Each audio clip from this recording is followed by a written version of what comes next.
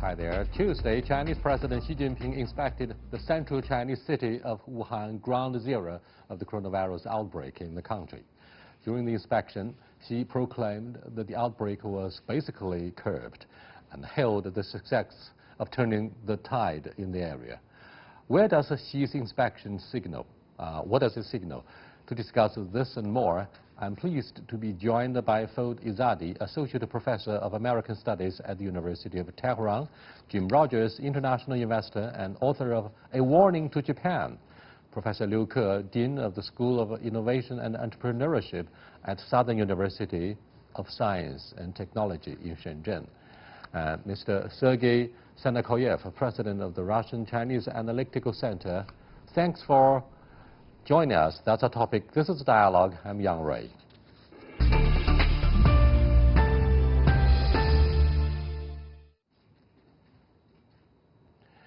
Now, first of all, my question goes to Mr. Sergei Sanok.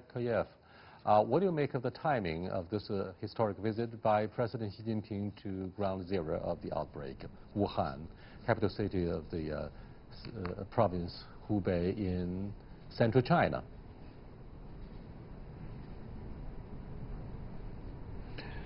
I think it was very important for the whole world to see these pictures from Wuhan, that Chairman Xi is visiting Wuhan, meeting with people, and together with the figures which we know, yesterday's figures about how many people infected or how many already went from the hospitals, that means that in the whole, the situation by COVID-19 in China is under control. And we can say that Chinese people, headed by Communist Party, win already over this disaster. Thank you very much. Let me go to Mr. Rogers, who is now standing by in Singapore. Well, let me cross over instead to our Iranian guest speaker, Azadi. What do you think of the allegation that this visit by President Xi Jinping, the first of its kind, to Wuhan, the epicenter, indicates clearly the end game, the closing chapter of our crusade against the novel virus? What do you think? What do you think of this allegation? Well, when the leader of a country visits an area that's devastated because of earthquake or because of virus or because of flooding or other natural disasters, that's basically a sign that things are stabilizing. And especially with viruses, since they're contagious, I guess the Chinese authorities were sure enough that President Xi is not going to have any negative symptoms by going and visiting these places. So I think that's a good sign. A lot of people are worried about the coronavirus, including a lot of people in Iran, because Iran is one of the areas that's affected. And the fact that things are dying down in China, meaning that the virus is under control, is a good sign for a lot of people that are hoping to see the same thing in their own countries. Professor Liu Ke, what do you think of the timing for President Xi to make this visit to Wuhan? I think it's the right timing, and it basically claims we are end of the so-called war. And I think, of course, there's no absolutely zero risk, but I think it's a signal saying now it's time for China to go to normal situation is for anywhere outside Wuhan, right? The rest of China is now the signal we should go back to normal business. I think that's my reading, which I think is right, and I think it's time for people to go back to work as normal. Sergei, in Russia, how do you evaluate the Chinese government's efforts in combating the epidemic?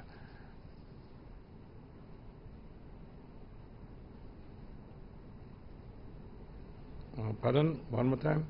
Sergei, my question is, what do you think of the enormous efforts made by the Chinese authorities in curbing the spread of epidemic in contrast with, for example, the alleged slow-moving efforts in other countries which might have been hurt very seriously, like the United States. But Iran, unfortunately, falls victim to the virus, along with Italy. I think that the measures which Chinese government showed this period was even more than it was necessary. But this is the priority of the politics now in the situation which is not only for coronavirus in the world, but also with the increasing financial crisis in such situation which is happening now in the world. And Chinese government shows that Chinese people is ready to mobilize themselves and do everything to keep security of society and to develop the economy further. So it was absolutely necessary, and it was very effective. People in China, particularly those in Wuhan, have paid a heavy price because of the lockdown of the city, and everything occurred during the very sensitive period of what we call the Spring Festival Spring Festival, and also the most bustling period of transportation for people to have family reunions through the high-speed railways. Let me go to Jim Rogers, who's standing by in Singapore. Despite the Western skepticism, the number of new COVID-19 cases in China has rapidly declined, including within the epicenter of Hubei itself. Now, Jim, China boasts fewer daily new cases than the UK, the US, and every major country in Europe. So what do you think of the prospects for epidemic control in China and the rest of the world? Well, you know as well as I do, if the numbers are right, that China has done a great job. Now, they were caught off guard at first because they were surprised. The disappointing thing to me is that the West is not ready either. You know, we've had 3 months' notice in America, and yet nobody's prepared. America doesn't even have testing kits for more than 1 million people, a country of 325 million people. So China, once they got it together, they took very draconian, swift measures and seemed to have it under control. I wish I could say that for Italy or Iran or even America. What kind of experiences, Jim, do you think other countries can draw from China in terms of epidemic control? It's like any crisis. You have to be tough, you have to be disciplined, you have to be fast. People don't like it, but when there's a crisis, you have to act tough and you have to act fast. You have to have discipline. Nobody likes discipline, but if you're going to succeed, you have to have it. Now, Professor Liu Ke, what do you think of the prospects of the global economy as the oil prices tumble and the COVID-19 spreads across the globe? Well, I think this could be a very big potential turning point, but it all depends on, I think, as far as the oil price, it all depends on when the Saudi and the Russian can reach agreement.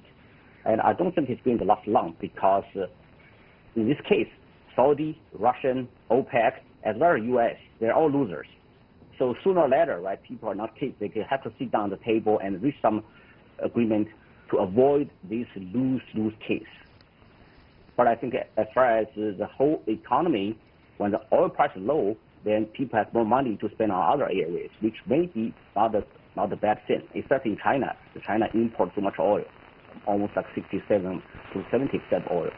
But I don't think this oil crisis will last long because everybody's bleeding. So sooner or later, one side has to take the initiative to sit down the table and stop the bleeding. Sergei, do you think China is able to recover very quickly from the aftershocks of this devastating outbreak in terms of, say, resilience of particularly the small and the medium-sized enterprises?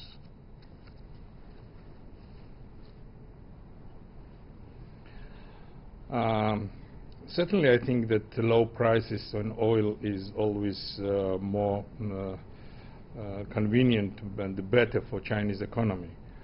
But as for the agreement between OPEC and Russia, or let us call it as Entente for OPEC and the Sergei, I'll get back to you in a couple of minutes and talk about the OPEC as well as the current battle between Saudi Arabia and perhaps your country, the Russian Federation, in terms of whether you would agree to cut the production output. Now, Organization of the Petroleum Exporting Countries, all the OPEC, and its allies failed to secure a deal on oil production cuts after Moscow refused to tighten supply. Saudi Arabia thus announced slashed prices in an apparent price war against Russia. Why does OPEC want to cut oil production at this moment? Why does Russia refuse to cooperate? Did Saudi Arabia launch the price war purely out of economic considerations? And how will the price war impact current global economy and politics? In the second half of the show, we are joined by Azadi, Jim Rogers, Professor Liu Ke, and Sergei Sanok. Now, first of all, my question is... let me... Yeah. Sergei, my question. For starters, why does OPEC want to cut oil production at this moment? And why does Russia refuse to cooperate, Sergei? Certainly the OPEC countries would like to keep the high prices on oil, and that's why they were to insist on going on with agreement with Russia. But this cartel is not normal, it's not natural. In the world's development now will win competition, but not cartel. So that's why Russia is cutting this agreement, and certainly Russia understands that low prices on oil is not good for Russian economy. But we will stay on this position, and I think we will stand in the prices war, which the next day Saudi Arabia already announced and made everything to crash down the prices. So I think now it will be more honest world, and we will see who will stand on this crisis. Certainly, it's very bad, first of all, for shale oil producers in USA. Certainly, it will be not good for Iran or Venezuela. But as for Russia, we will stand for this case, and we will make the good relationship, with good business with our neighbor China. One critical question, Sergei, between Russia and China is that we have reached many deals. Signed a lot of hefty oil and energy cooperation contracts. The question is whether fluctuations of the price has been implied in line with the market itself, or do you think it's the political will that will determine the price and the fluctuations? I think both. First of all, if we say politically, well, the world now stands on the changing of world order. And in the new order, which is more Russia-Chinese related and declared as a multipolar world, certainly is against the old one, which is on the hegemony of the one country and one system.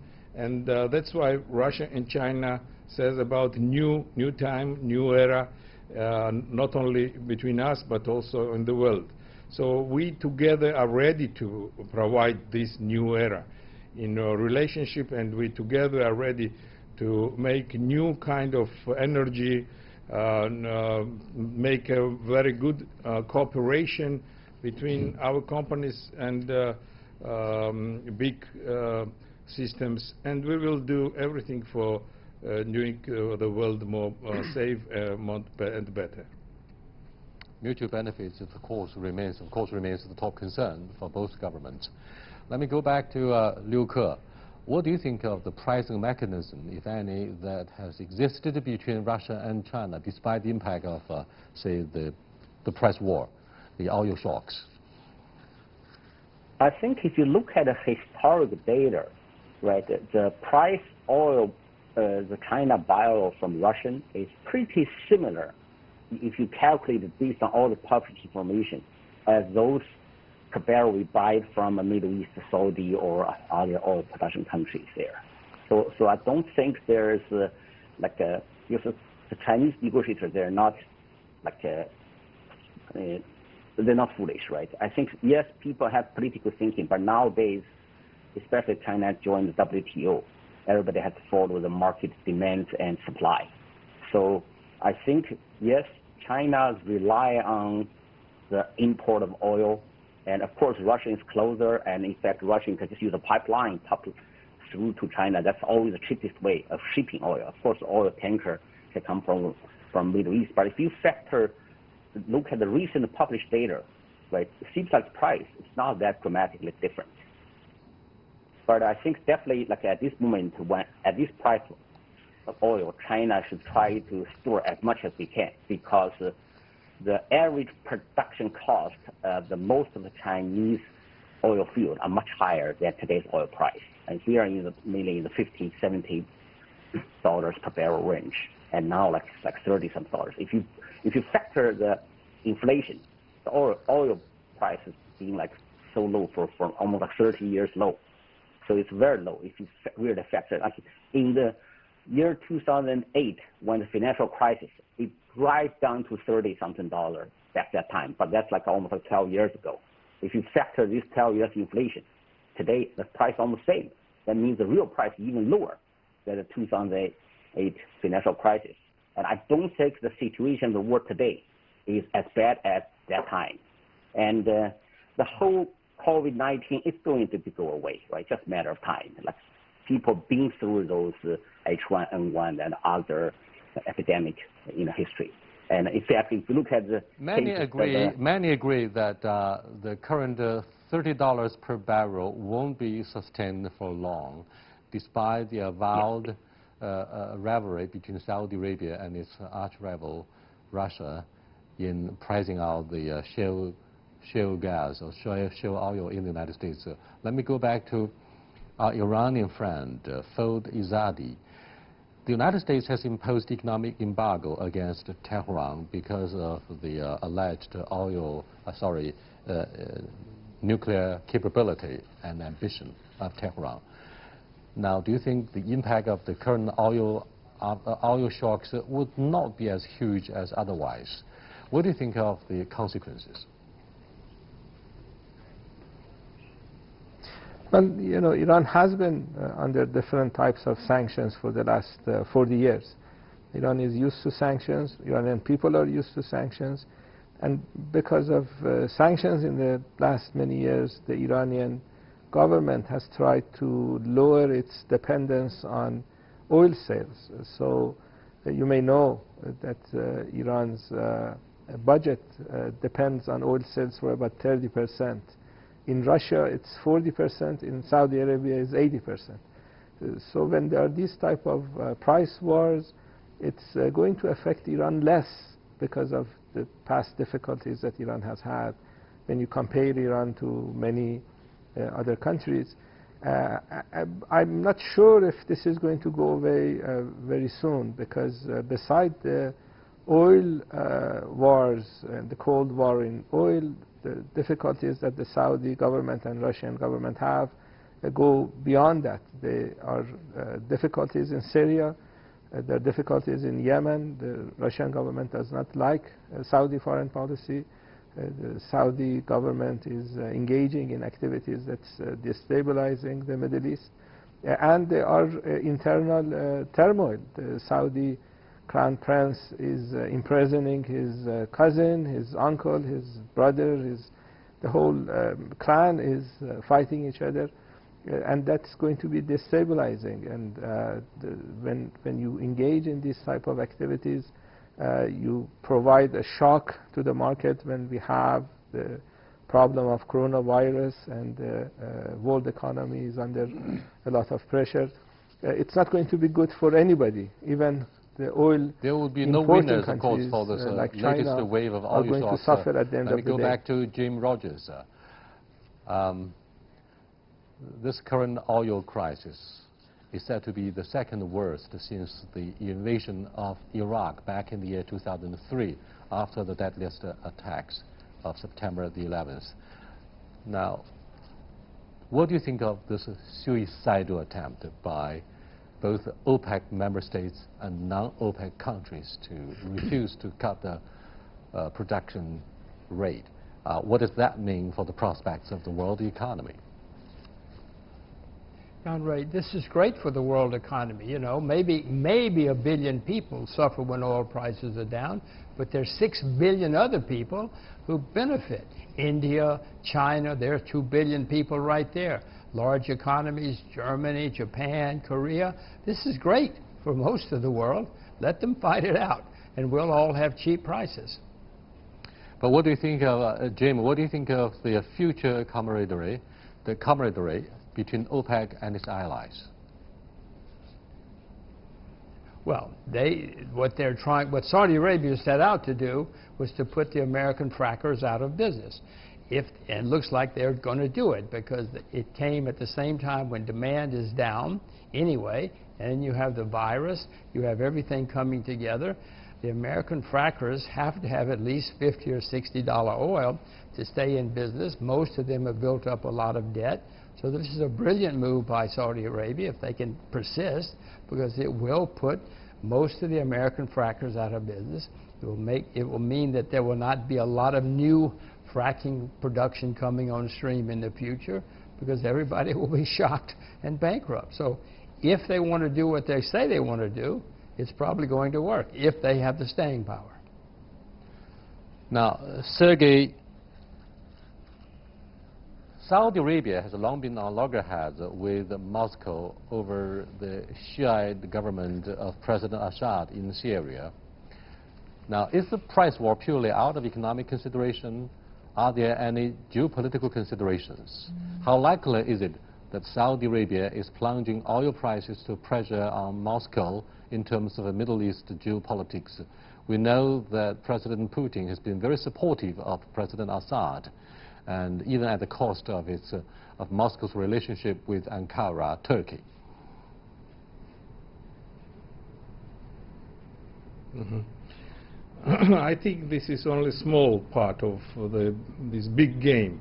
I agree that the situation is more wider, and you rightly said about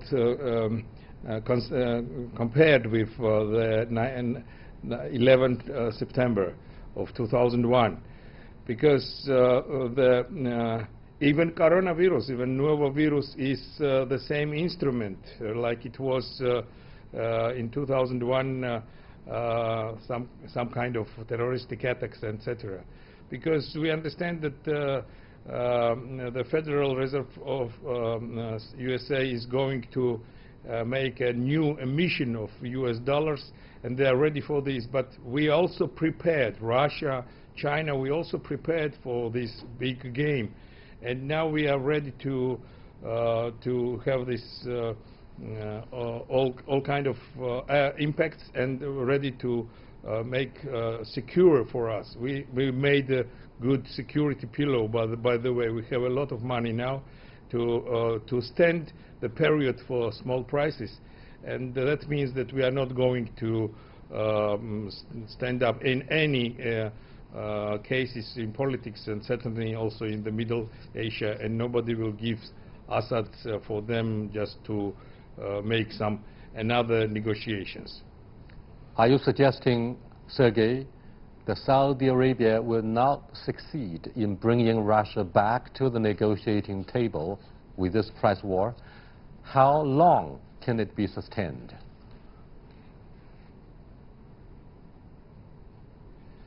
How long it will be necessary? For example, 5-6 years. We will stand for this, and we will not go back for these negotiations. Jim, How do you view Sino-Russian energy cooperation and the context of the oil price war between Saudis and the Russians? Well, as far as the Chinese are concerned, as I said before, this is great. This is fantastic because there are 1.4 billion Chinese who are getting cheaper oil prices now. It's only 130 or 150 million Russians. It's not good for most of them, but even some Russians, they get cheaper oil right now. So cheap oil is good for most people in the world.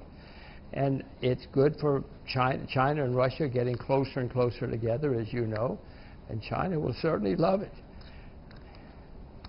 All right, so on Tuesday, Donald Trump proposed payroll tax cuts that drove U.S. stock markets up almost 5% after near 8% slump on Monday. The S&P 500 fell by 7% upon opening on Monday, triggering an automatic 15-minute pause in trading for the first time since the 2008 financial crisis. My question for Professor Liu Ke, how do you view the drastic fluctuation of U.S. stock markets? Well, because number one, U.S. stock market has been increased for like almost 12 years. It's really like a sky high, right? If you look at the NASDAQ, was like below 2,000 points, like almost the high close to like 10,000. It's 5 times more. So that's number one. And number two, I think the COVID-19 spreading, that's another uncertainty. The third, the price war. But I don't think the Saudi now, you're really fighting with both U.S. as well as Russia, two biggest there. I think this is really not like Saudi just want to kill the fractured. I think more like Saudi's internal politics, because you drive the price so low. The biggest loser is Saudi, right? The biggest loser is Russian. So I don't think, unless people get crazy, of course people do get crazy in sometimes. Otherwise, I think does not make sense for Saudi to continue doing this, because you're not only fighting with Russia, but you're fighting with U.S. too. Of course, like I say, for China and the rest of the world, we enjoy low price oil. Excuse me, Professor Liu, we have to come back to examine the impact upon the stock markets. Now, U.S. President Donald Trump on Tuesday tweeted that the Federal Reserve is pathetic, slow-moving, and reiterated his demand that the central bank lower its key lending rate and stimulate the economy. Meanwhile, many investors project the Fed would cut the benchmark borrowing rate again at the March 17-18 policy meeting to stem the economic uncertainty. So what's your prediction for the Fed's next move, Jim? I think it's possible, because Jim, let me go back to Jim Rogers. They're certainly going to do everything they can to keep the markets up. I mean, it's not good for the world, not good for the long term, but they don't care about the long term. They care about the short term. So they're going to do everything. They care about the elections. You know, they care about the elections. Trump is spending a lot of money. They're printing a lot of money. The price of oil is down. All of this is good for the American financial markets. It's not good for the long term, but happy days will be here again for the short term. Many agree that the basic fundamentals of the U.S. economy remain pretty healthy. So the current tumbling of the stock markets in the United States won't last pretty long. That's a very cold, relatively reasonable point of view and perception about the U.S. economy in this critical year of elections. I'll see you next time. Goodbye.